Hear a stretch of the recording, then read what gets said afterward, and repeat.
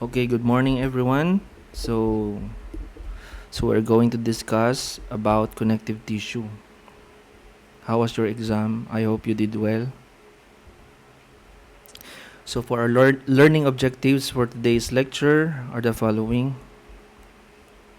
And the coverage. Okay. Actually, short topic lang din itong connective tissue. Okay. So again, we have discussed about epithelial cells and you have noticed that the forms, the morphology ng mga cells natin, whether ilang layers ba siya or anong forms ba niya, anong itsura niya, anong shape niya. Epithelial tissue is mainly about cells lang talaga. So madaming cells, madaming cells. This time we are going to discuss about the supporting structures of the cells, no? Which is your connective tissue. Konti lang yung cells niya and majority of the components of your connective tissue is your extracellular matrix. Okay, what is connective tissue? Connective tissue is a tissue that connects, separates, and supports all other types of tissues of the body. Okay? So sila yung nag-provide ng matrix that supports and physically connects other tissues of the body together in organs. Okay? So they consist primarily of extracellular material. Again, meron pa din silang resident cells, but majority of the components of your connective tissue is mainly extracellular material. So ito yung components natin. We have cells and extracellular matrix.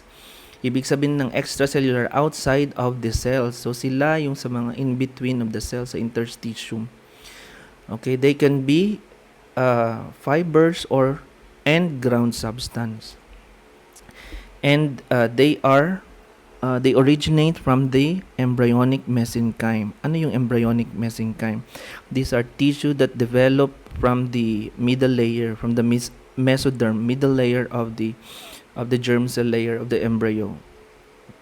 So ito yung example of your mesenchymal cells. These are undifferentiated.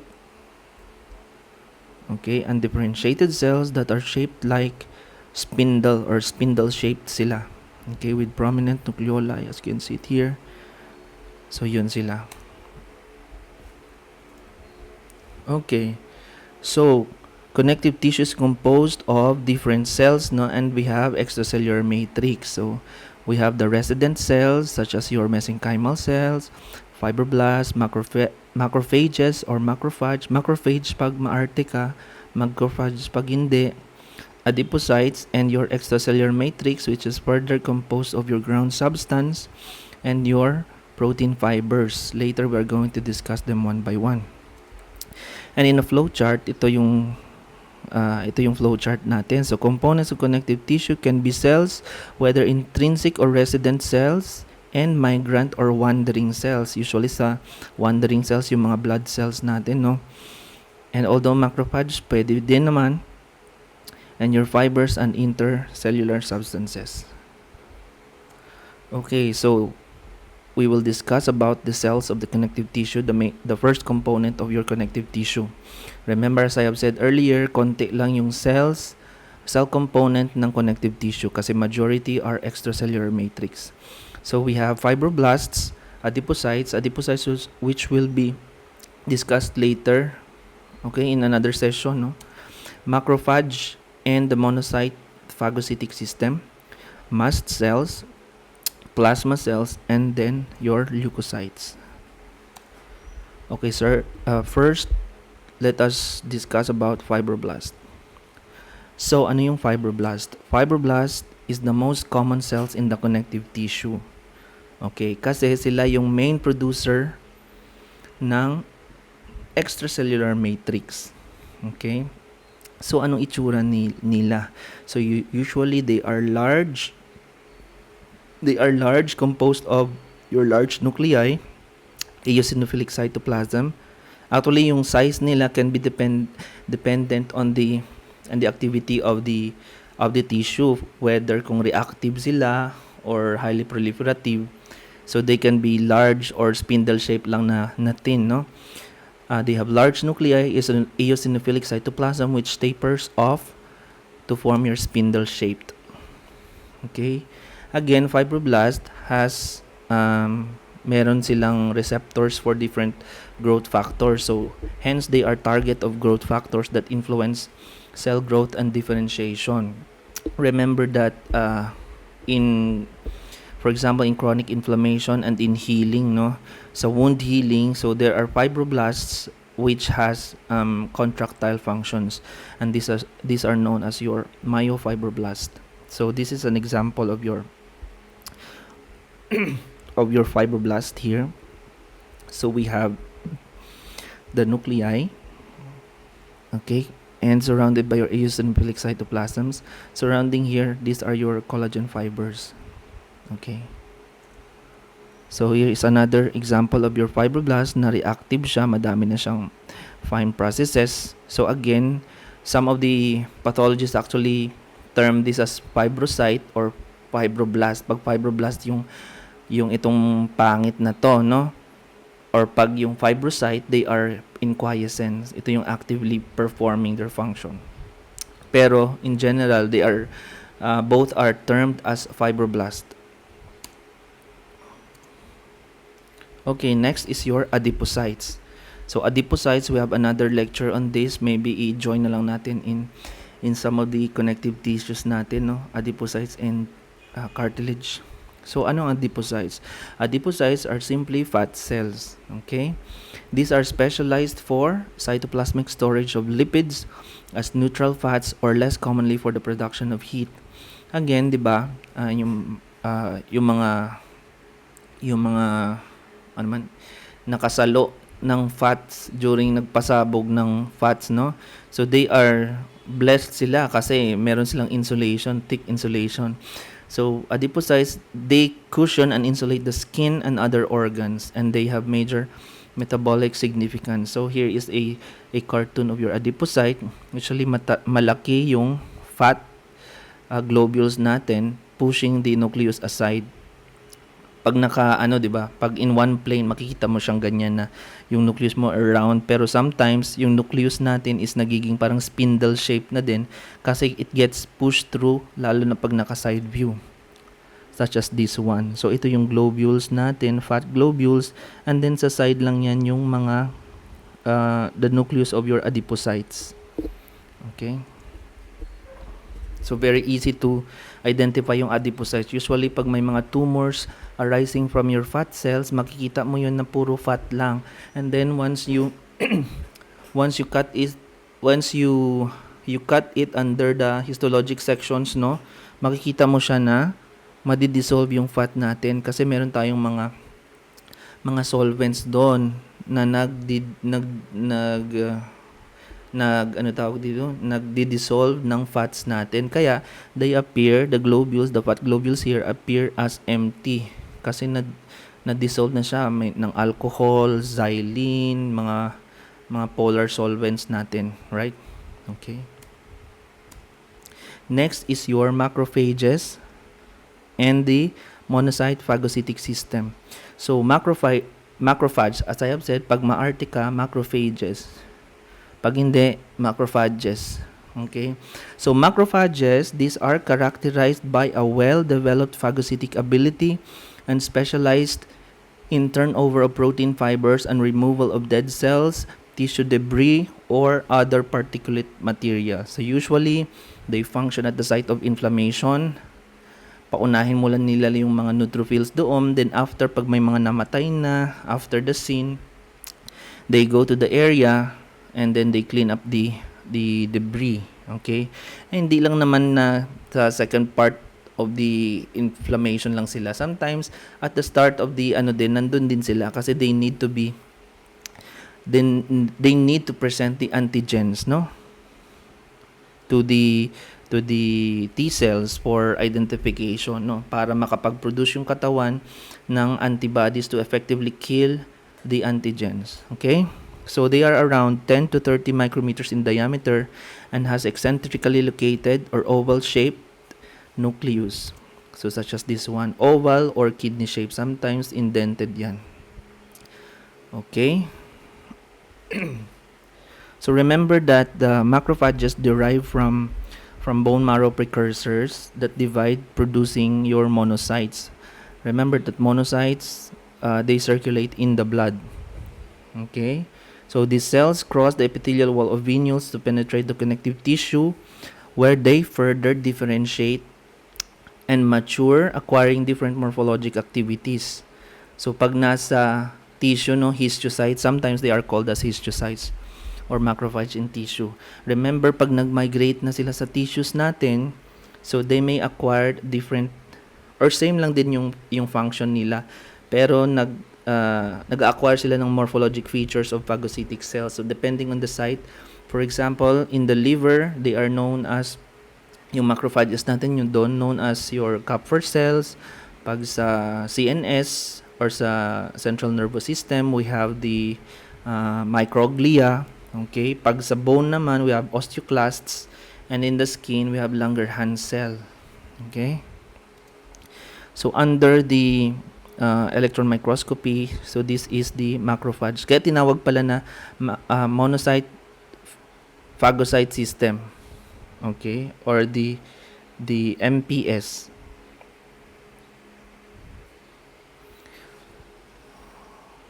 Okay, kasi yun nga, yung mga monocyte-like cells can acquire the phagocytic ability once they venture, or once they arrive and mature or differentiate into different tissues of the body. So this is the TEM of your macrophage. So we have the protrusions here. Okay, protrusion and indentations of the cell surface, and we have lysosomes.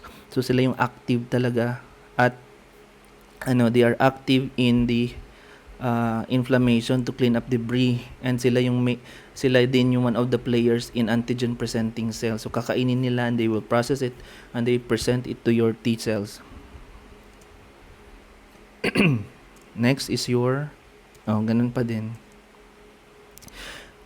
Ayun pala yung sinabi ko na pala. Macrophages derive from bone marrow cells, bone marrow precursor cells that divide, okay, where they penetrate tissues and further mature and differentiate.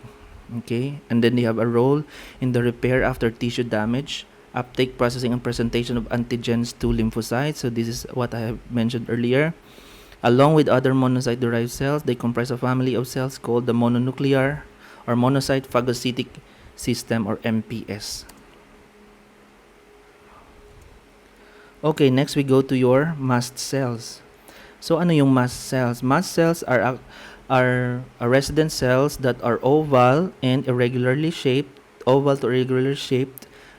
with the cytoplasm showing basophilic secretory granules. So basophilic siya, and sometimes they obscure the nucleus. So ito yung cytoplasm natin, and they are intensely basophilic, secondary to the secretory granules present in the cytoplasm of your mast cells.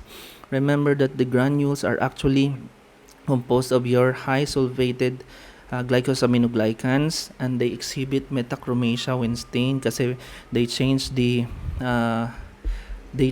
color. Okay, they change the color of your stain of your basic dyes from blue, nagiging purple, nagiging red. Yun yung tinatawag nating metachromasia.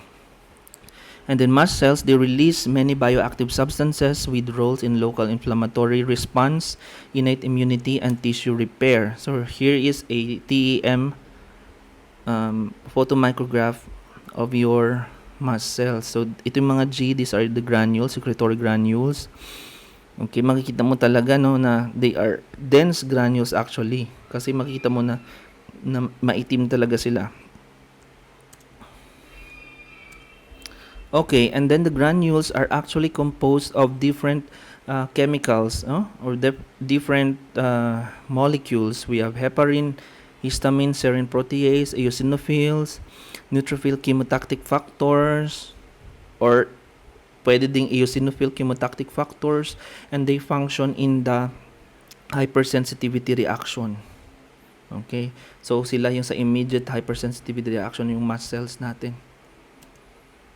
Okay, so this is a diagram of how the mast cell secrete its granules, no? So we have we have the mast cell. So starting off, no, meron tayong IgE receptors. So ito yung IgE receptors natin. This is where the IgE, an immunoglobulin, attached to the mast cells. Okay. For example, wala pa, naive or virgin na mast cell. So wala pang naka-attach sa kanyang IgE. When there is an encounter with an allergen, for example, pollen or antigen, no?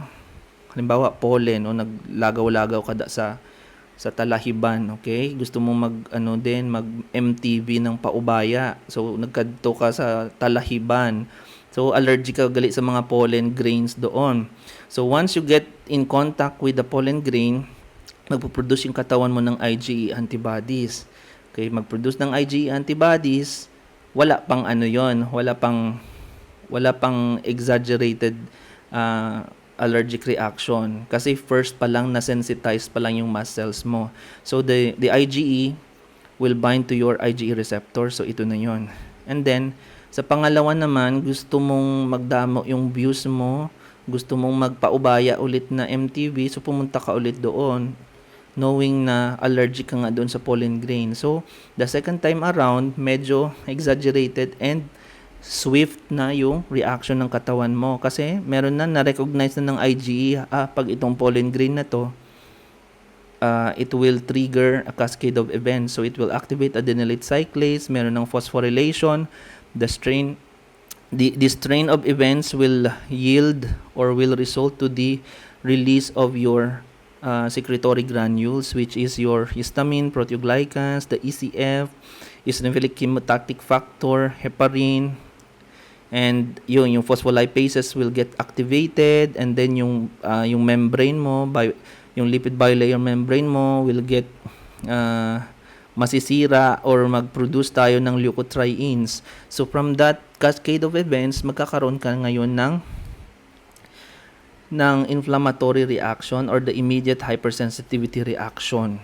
So what is the lesson for that? Wag kang magpaubaya. Okay, wag kang mag-music video ng paubaya. Okay, next we have the plasma cells. So plasma cells, these are B lymphocyte-derived antibody-producing cells. Yun, sila yung activated B cells actually that produce antibodies. So plasma cells yun. Usually their nuclei are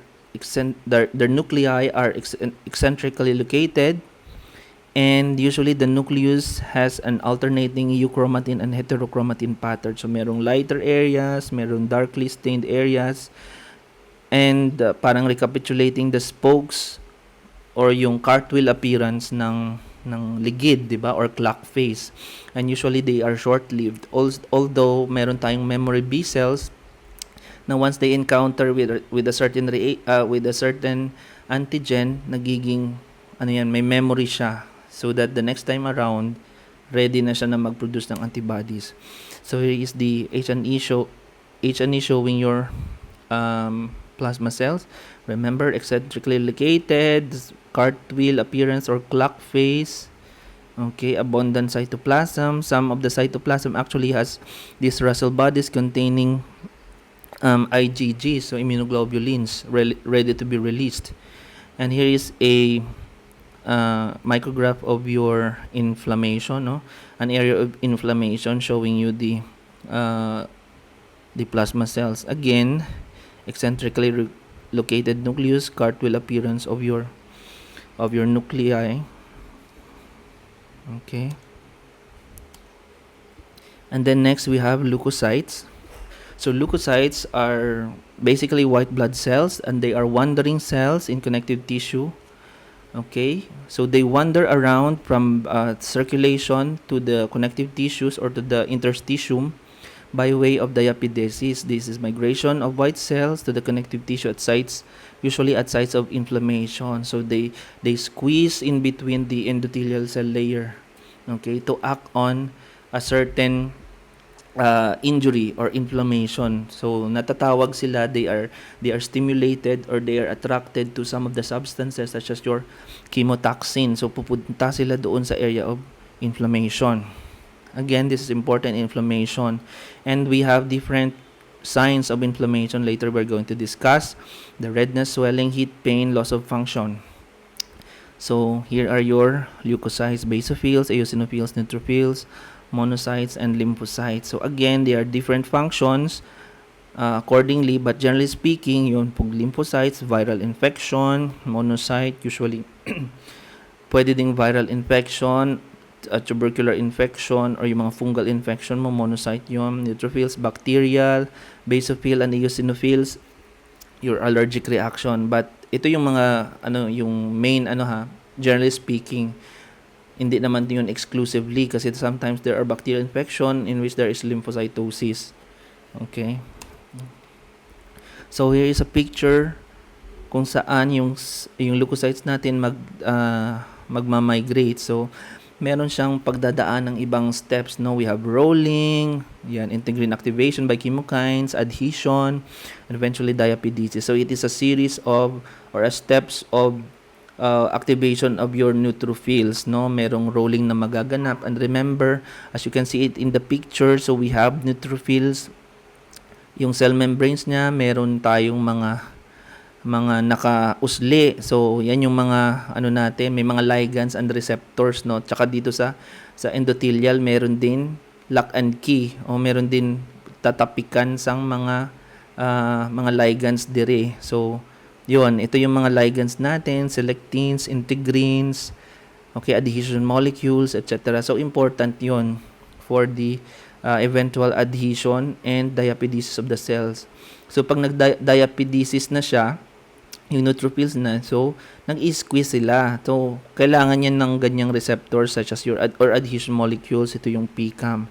And then, eventually, kakadto na siya dun sa site of inflammation where it phagocytose the inciting agents such as, for example, in this case, the bacteria, no?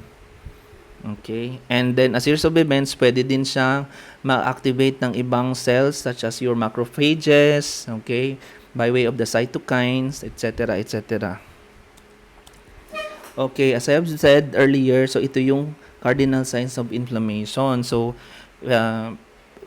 let's say, for example, meron kang hubag, may pigsa ka sa buli, di ba? O, rubor, redness, pagtingin mo, baw daw gahining-hining gid sa nga pula because there is increased blood flow and vasodilation. So kaya gapula-pula siya.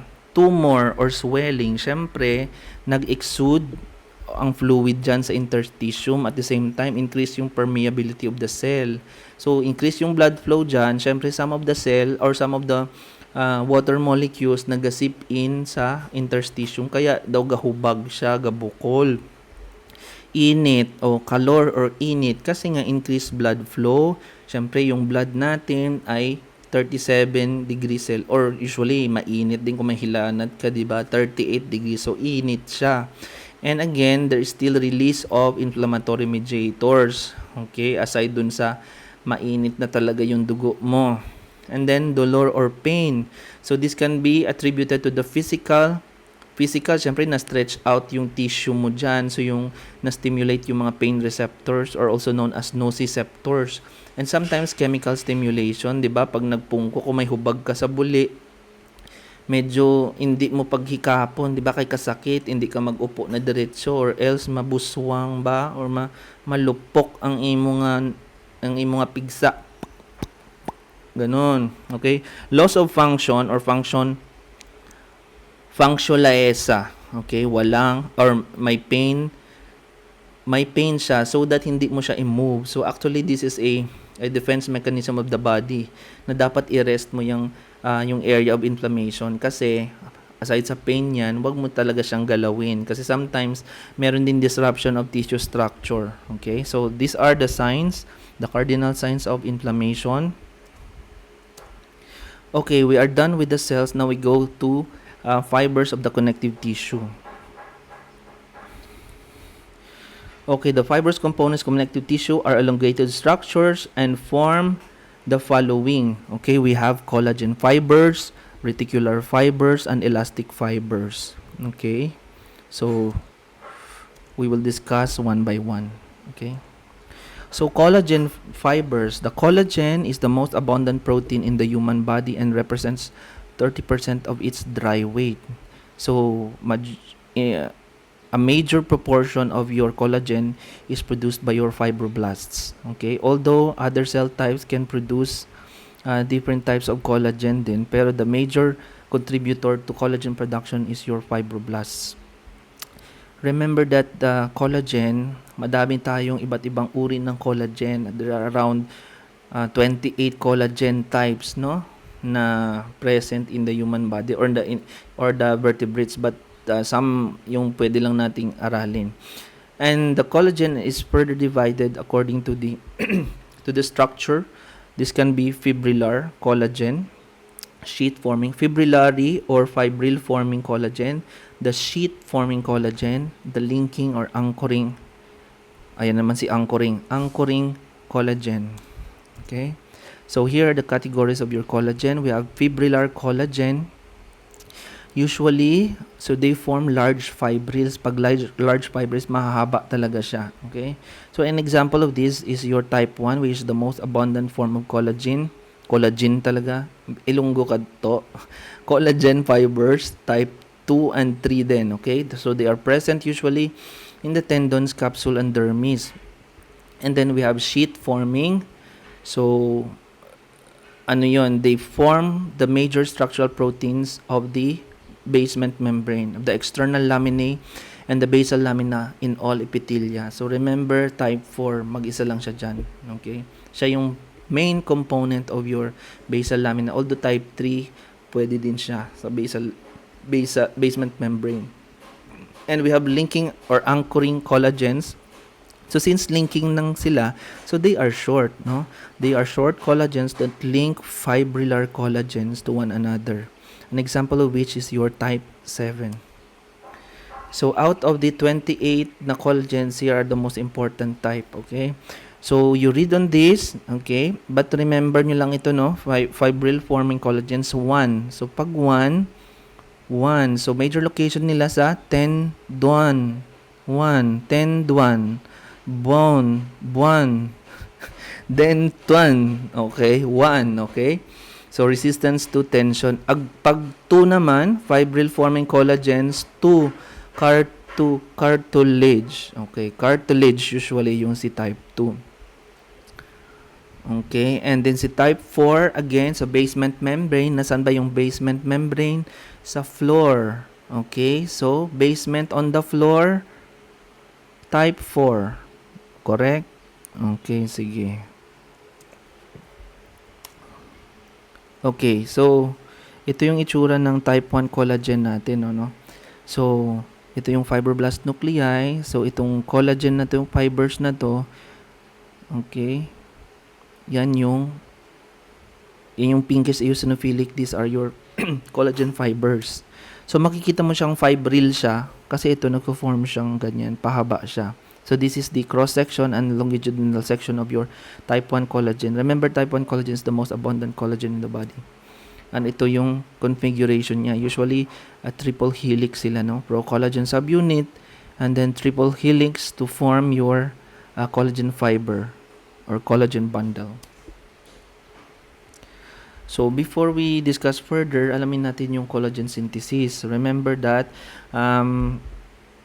again, yung synthesis, pag-synthesize natin ng collagen fibers, primarily fibroblast yun, di ba?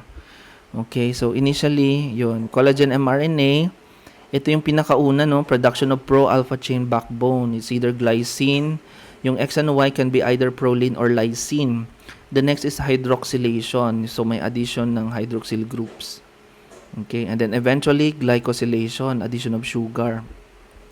So, until ganon, meron tayong triple helix formation that is known as your pro-collagen, no? So, ano pa yan? Hindi pa yan masyadong maganda yung product na yan. So, it needs to be packaged in the Golgi complex and then eventually extruded from the fibroblast from the fibroblast cytoplasm. Paglabas niya ngayon sa extracellular space na para i-deposit siya dun sa connective tissue, sa interstitium, anong ginagawa? Pangit pa yan. Hindi pa yan well refined. So, there is cleavage of pro-collagen, the C and N terminal. Okay? Putulin ang sa sa higad, okay? And then eventually, ito na yung tropocollagen natin, which will eventually develop cross-linkages and will form your collagen fibers. Okay, stabilized by lysyl oxidase. Okay, so based from the synthesis of your collagen, so mayroon tayong steps na disrupted accordingly. So depende kung may mga enzymes na may defect, may faulty transcription, etc. So meron tayong corresponding defect or disorder associated with your collagen synthesis. So we have Ehlers-Danlos, so different types yan. So pwedeng lysine hydroxylation, hindi maganda yung may faulty, so ganun, or may problema na from the start pa lang, transcription or translation, or may peptidase activity, or pwede din change talaga sa genes, change of one nucleotide in genes for collagen type 1, nag-iba talaga yung may mutation talaga, or merong scurvy, konti or kulang yung vitamin C. Remember dun sa hydroxylation, kailangan kasi yun ng vitamin C. So pag wala kang substrates, okay yung mga enzymes mo na needed, pero kulang ka ng vitamin C, meron din problema sa collagen synthesis.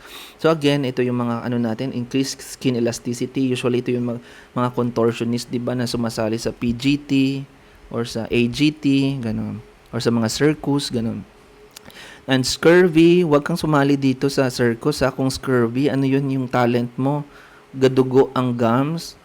Okay. Or pwede din para ma-feature ka sa Jessica Soho sa di umano. Okay. Ulceration of gums and hemorrhages, usually pag nag-brush ka na kasi hindi medyo intact yung collagen mo, kulang ka sa sustansya yung collagen. That's why easily ulcerated yung connective tissue mo or yung skin mo dun sa gums. Osteogenesis imperfecta, fractures. So this is an example of a defect in your collagen synthesis. This is Ehlers-Danlos. Okay, remember this.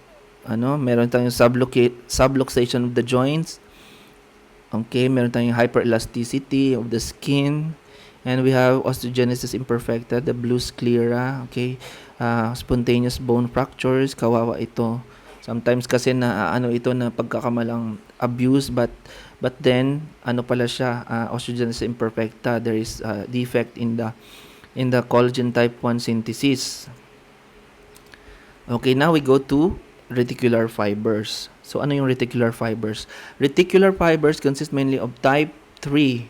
Okay? 3 sounds like, 3 reticular fibers forming extensive meshwork known as your reticulin. So, they are observed in light microscopy using special stains. Remember that reticular fibers are argyrophilic. So, they love silver stains. So, makikita lang natin siya using a silver impregnation technique, or sometimes they can be stained or they can be highlighted using PAS. Okay, so reticular fibers, aside doon sa type 4 na collagen na present in your basement membrane, also type 3 collagen is also present in your basement membrane, but generally speaking, reticular fibers can also be found around the adipose, smooth muscles, nerve fibers, bone marrow, sometimes lymphoid cells, kasi they create the meshwork will create the perfect environment for the rapidly changing population of your proliferating cells and phagocytes. Okay, so this is adrenal adrenal glands, and these are your lymph nodes. So remember na stain ito using the silver stain, yung black, they will stain black Okay, a meshwork, a fine extensive meshwork which will support the growth of your proliferating cells and phagocytic cells. That's reticular fibers. Next is your elastic fibers. Elastic fibers are usually thinner than type 1 collagen fibers and form sparse networks interspersed with collagen bundles. So remember, these are present in organs with too much stretching, such as the walls of large vessels or yung aorta natin. Remember, highly elastic dapat yon, kasi they supply or they support or sila yung they receive pala the highest pressure ng blood, kasi sila yung immediately after the pag sa contraction ng heart, di ba? It's the aorta that receives the high pressure going to the to supply oxygen towards the different parts of the body. Okay, And they are seen better with special stains using orcine and aldehyde fuchsin. And remember, they are a composite of fibrillin and elastin. So yung fibrillin, this forms the scaffolds of your elastic fibers. Then lalagyan na lang siya or parang kumbaga simento, yung fibrillin, ito yung mga kabilya, so scaffold siya. Then elastin, magfo-form lang siya ng elastin, forming a amorphous compound which will add up to the fibrillin scaffolding, which will eventually, pag na-form na sila, they will produce elastic fibers. So ito yung mga elastic fibers natin, they are thin. Okay, and this one, ito yung stain natin using this is aldehyde fuchsin, showing your elastic fibers stained darkly. And again, this is a portion of your aorta. Remember the discontinuous, parang uod, parang ulod ba? So these are your elastic fibers actually. They can be seen in H and E, pero pwede din ma-stain siya ng elastic stain. Usually they appear black Okay? So formational system of elastic fibers. Again, this is the TEM photomicrograph of your elastin. So we have this is actually the fibrillin component or the fibrillin scaffolding. So sila yung magfo-form, sila yung kabilya sa balay. Pag magpatukod ka balay, they are the kabilya. Okay? So kailangan mo ng kabilya, kailangan mo ng scaffolding ng skeleton muna before ka maglagay ng semento, which is your elastin. Okay, once na maayos yung fibrillin natin, maayos din yung semento, so mag-form ka na ng balay, which is your elastic fibers. Pag okay yung scaffolding mo, which is your fibrillin, okay din yung semento mo, elastin will form a good or a well produced elastic fibers, which is tough. Okay, so this is the conformation of your elastic fibers. Again, pag stretch, so they are parang muscle back. Pag stretch siya, maliit siya kasi contracted. Pag relax, naka-relax. Okay? Naka-stretched out. Okay? Or pag relax, hindi siya contracted. So, it's either relax or contracted. So, ganun. And this is an example, pag may defect in your fibrillin gene, okay, pag wala kang fibrillin gene, may problema ka sa elastic fibers kasi wala kang scaffolding kung saan pwede mong lagyan ng elastin o pwede mong lagyan ng semento. So sometimes itong mga condition na to, such as this is Marfan syndrome. Remember the Marfanoid habitus, may mahaba yung extremities nila, arachnodactyly, merong pectus excavatum. And may problema siya sa elastic fibers kasi wala siyang fibrillin, intact na fibrillin molecule, which serves as your scaffolding for the eventual deposition of your elastin fibers to become a well-functioning elastic fibers. So sometimes elastin fibers or yung elastic fibers natin, as I have mentioned earlier doon, aorta yun yung parang mga ulod-ulod. So sometimes pag may problema ka or may Marfan syndrome ka, there is a defect in the elastic fiber. So remember na present ito kasi sa those large aorta or large vessels such as your aorta, magkakaroon ka ng aneurysm. There is weakening of the vessel wall. So aneurysm, pag sobrang laki na, they can rupture, which will eventually be fatal to the patient. So pag ganon, nire-repair yan, nilalagay ng mesh. And then you correct the BP of the patient. Kailangan naka-monitor yung blood pressure na hindi tumaas kasi pag tumaas yung blood pressure, syempre magbabulge yan in effect. Okay, now tapos na tayo sa cells, tapos na tayo sa fibers. Now we go to your ground substance. Okay? So the ground substance of ECM is highly hydrated with much bound water. So remember, ground substance, majority pa din dyan is water. Okay? And they are composed of the following, no? We have glycosaminoglycans or GAGs, we have proteoglycans and glycoproteins. So ito yung TEM ng connective tissue natin. So again, we have the E, ito yung elastic fiber, we have the collagen fiber, yung mga fibrils natin, right? And then itong sa gitna natin, ito yung ground substance, yung mga puti na area. So they fill up in between of your cells and your fibers. So sila yung ground substance. Okay, first we go to your glycosaminoglycans. Okay, ano yung glycosaminoglycans? Also named as mucopolysaccharides. They are long polysaccharides consisting of repeating units of saccharides. Usually a uronic acid can be glucuronic or iduronic acid, and a hexosamine which can either be glucosamine and galactosamine. Remember that GAGs, sa lahat ng GAGs, hyaluronic acid is the largest and the most ubiquitous glycosaminoglycan. So present siya in almost all parts of the body. Okay, ubiquitous, and they function in diffusion and lubrication kasi it is high content. It has a high water content. And also there are glycosaminoglycans that are sulfated, and usually they are attached to proteins, and this includes the following: dermatan sulfate, chondroitin sulfate, keratin sulfate, and heparan sulfate. And these are your glycosaminoglycans in connective tissue and other interactions with collagen fibers.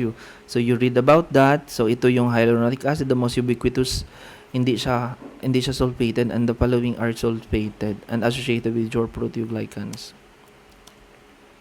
So what is proteoglycans? Remember, proteoglycans, meron siyang core protein, okay, to which are covalently attached various numbers of combination of sulfated GAGs. As I have mentioned earlier, may mga sulfate, keratin sulfate, etc., etc.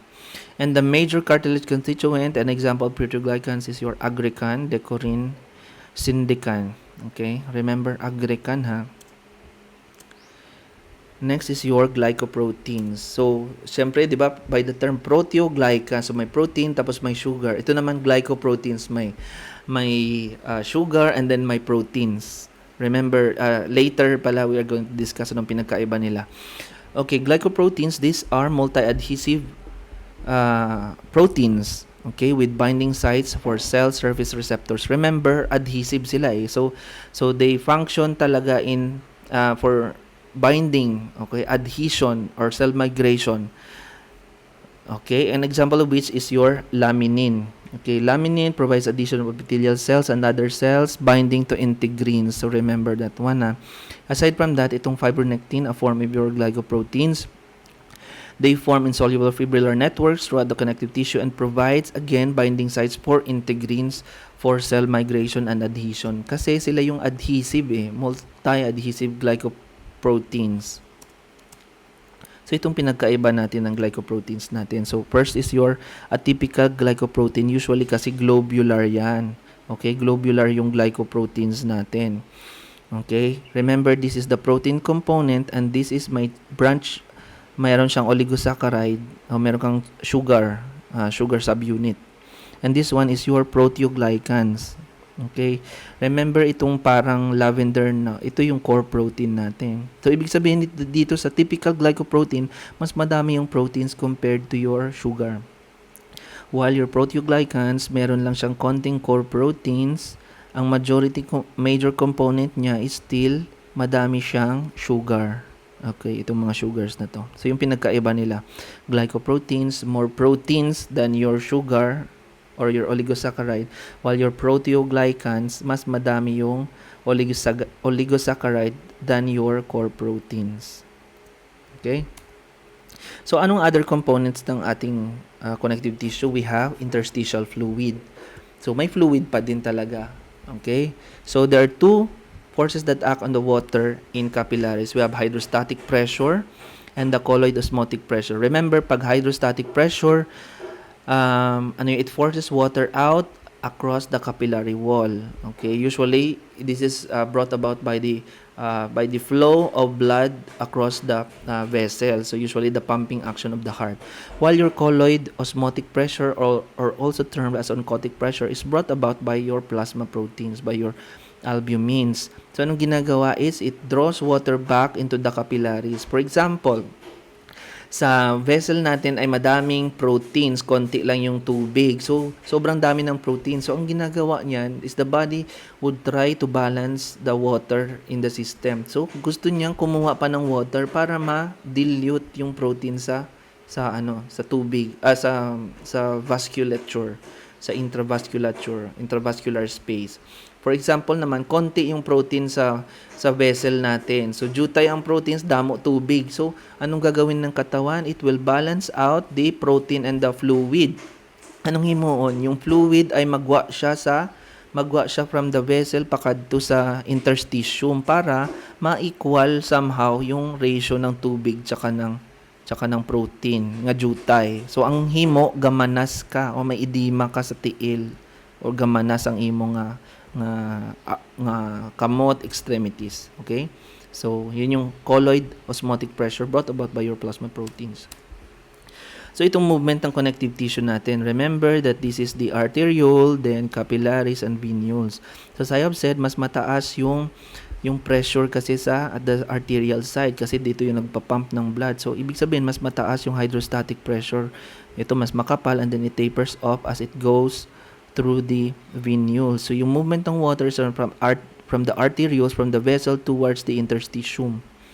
Okay? And then, remember this green curve here. So, from tapered up to the nagadako siya. So, from the venular side, from the venular side, the incotic pressure increases. Okay?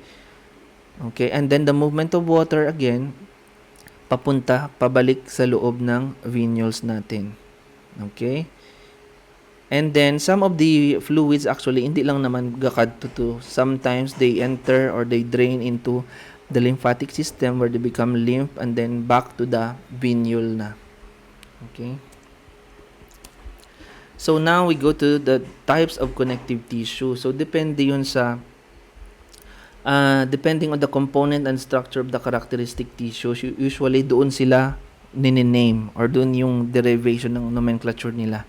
So, the types of connective tissue, we have the connective tissue proper, which is divided into loose and dense. Loose or areolar connective tissue, and dense is further divided into irregular or regular connective tissue. And we have embryonic connective tissue, the mesenchyme, the mucoid connective tissue, and then we have specialized connective tissue, reticular connective tissue, adipose, cartilage, bone, blood, which are further discussed as we go along the lecture course. Okay. So for connective tissue proper, so we have yung general classes of connective tissue natin. We have loose and dense depending sa amounts of collagen present. Pag sinabi nating loose connective tissue, also known as areolar tissue, this is very common and generally supports epithelial tissue because this is present in your lamina propria, endomysium, and subperiosteum. So usually mas madami siyang collagen fibers compared to your elastic and reticular fibers. Okay, they have a delicate consistency. They are flexible enough but not very resistant to stress. So, hindi sila pwedeng ma-stretch out talaga. Although, at some extent, they are flexible but not compared to those high in elastic content. And then we go to your dense connective tissue, further divided into dense irregular and dense regular. For dense irregular tissue, again, irregular siya. So, ibig sabihin, the fibers are randomly interwoven or without definite orientation. Ibig sabihin, they are just arranged haphazardly. And then the collagen fibers form a tough three-dimensional network, and since they are randomly interwoven or without definite orientation, they provide resistance to stress from all directions. So kasi iba-iba yung direction din ng pagka-weave ng mga fibers natin. So in all directions, they provide resistance and support. So usually they are associated with loose connective tissue. So parang sa skin, 'di ba, sa dermis loose, and then sa lower part of the skin or the dermis nandun yung dense irregular connective tissue. And now we have the dense regular tissue, usually type 1 collagen bundles arranged in a definite pattern. So usually nakaparallel lang sila. Okay, so kung isang direction lang yung parallel nila, so yun lang din yung resistance to stress exerted in the same direction, yung support nila dun sa tissue na yan. Okay? So, this is an example of your loose tissue and dense irregular tissue. Remember that they sometimes occur in one tissue. For example, this one. Okay? This is the dense irregular connective tissue. This is the lamina propria of your intestine. No? We have the loose. Tingnan mo, parang empty siya. And the dense. So, irregular yung pag-interweave ng mga fibers natin. Okay, this is dermis. Okay, and this is the trichrome stain of your skin. Okay, we have the loose connective tissue and the dense connective tissue, and this one is your capsule. Okay, the capsule of organs. Okay, dense connective tissue, the dense irregular connective tissue pa din. Hindi siya, somehow parallel siya, pero some of the cells are diagonal kasi. So they appear as irregular pa din. So this is an example of your dense irregular connective tissue. While your dense regular connective tissues, I have said, meron tayong pattern such as this one. Okay? This is the longitudinal section of your tendon. So remember, nakaparallel lang siya, no? Yeah, so yung stress niya, or yung it offers resistance to a single plane of resistance lang siya. Okay? So this is fibroblast showing your cytoplasmic processes. And then we go to your embryonic connective tissue. So embryonic connective tissue, we have mesenchyme and mucoid connective tissue. Remember, hindi natin ma-discuss yung iba na yon. Yung most important lang i-discuss natin kasi subsequently dun sa specialized connective tissue, we're going to discuss that later as we go along. Okay? So mucoid connective tissue, this is a principal component of umbilical cord. They are jelly-like, hence they are termed as Wharton's jelly. Now, sparse yung collagen natin, tapos sobrang scattered yung fibroblast na parang one seat apart, not just one seat apart kasi madami talaga yung ground substance natin. Very abundant ground substance composed chiefly of hyaluronic acid. So here's an example of your umbilical cords or your fibroblast. Okay, very konti lang yung fibroblast compared to your abundant ground substance here. Okay, this is mucoid connective tissue. And then we go to a specialized connective tissue. So we discuss about the reticular connective tissue. Ano yung reticular connective tissue? Again, as I have mentioned, the reticular fibers, di ba? Anong collagen fibers or type of collagen? 3, retriculin. Okay, type 3 collagen. They form delicate 3D networks that supports various types of cells, mostly doon sa mga bone marrow, lymph nodes, spleen, sa mga hematopoietic tissue and lymphoid organs, which provides a special microenvironment for these developing cells. Okay, the loose disposition of glycosylated reticular fibers provides a framework of these cells. Okay, yung reticular cells such as this one. Okay, they provide the fibrous network which are stained with your, again, di ba yung reticular fibers natin, kailangan siya ng, anong kailangan niya? Kailangan niya ng silver impregnation stain or your elastic stain natin. Kasi sila yung, they are argyrophilics. They are argyrophilic. Okay, remember that one ha, lalabas yan sa exam. Although, they can be stained also in PAS. Okay, so remember that one. And then lastly, so sorry, may construction. So again, so this is the connective tissue proper, okay? And embryonic connective tissue, specialized connective tissues, and here are your examples of and the major function of these connective tissues. So you just read on that. Nandyan man yan sa ano natin, sa textbook natin. So I guess this is the last slide. Thank you for listening. Exams on lecture and lab will be announced na lang dun sa group natin. Thank you and good morning.